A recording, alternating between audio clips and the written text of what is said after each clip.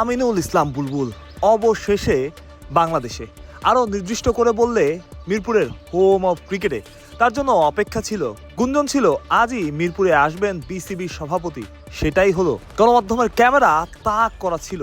দুপুর নাগাদই মিরপুরে বুলবুল 1.5 মাস পর দেশে ফিরেছেন। তারপরেই নিজের অফিস থেকে মাঠ দেখা নাজমুল হোসেন শান্তর সাথে, তার সাথেই দীর্ঘ আলাপচারিতা। সেটা দীর্ঘ হলো ড্রেসিং রুমের সামনেই শান্তর সাথে বিসিবি সভাপতির আলাপচারিতা, সাথে নাজমুল আবেদিন ফাহিম। সেখানে কিছুক্ষণ পর যোগ দিলেন খালেদ মাসুদ পাইলটও। তবে আলোচনা, আগ্রহ সবকিছুই আমিনুল ইসলাম বুলবুল কেন্দ্রিক। খুব স্বাভাবিক, 1.5 মাস পর বিসিবি সভাপতি ফিরেছেন দেশে।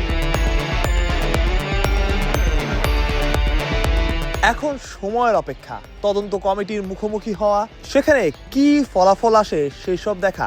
এতদিন বুলবুল দেশে ছিলেন না, এবার ফিরেছেন। কি হচ্ছে বিসিবিতে, কি হবে বিসিবিতে, সেই সবকিছুই জানা যাবে দিন কয়েক পর। হয়তো তার জন্যই অপেক্ষা। বুলবুল ফিরেছেন, অবশেষে ফিরলেন। দীর্ঘ সময়ের বিরতি।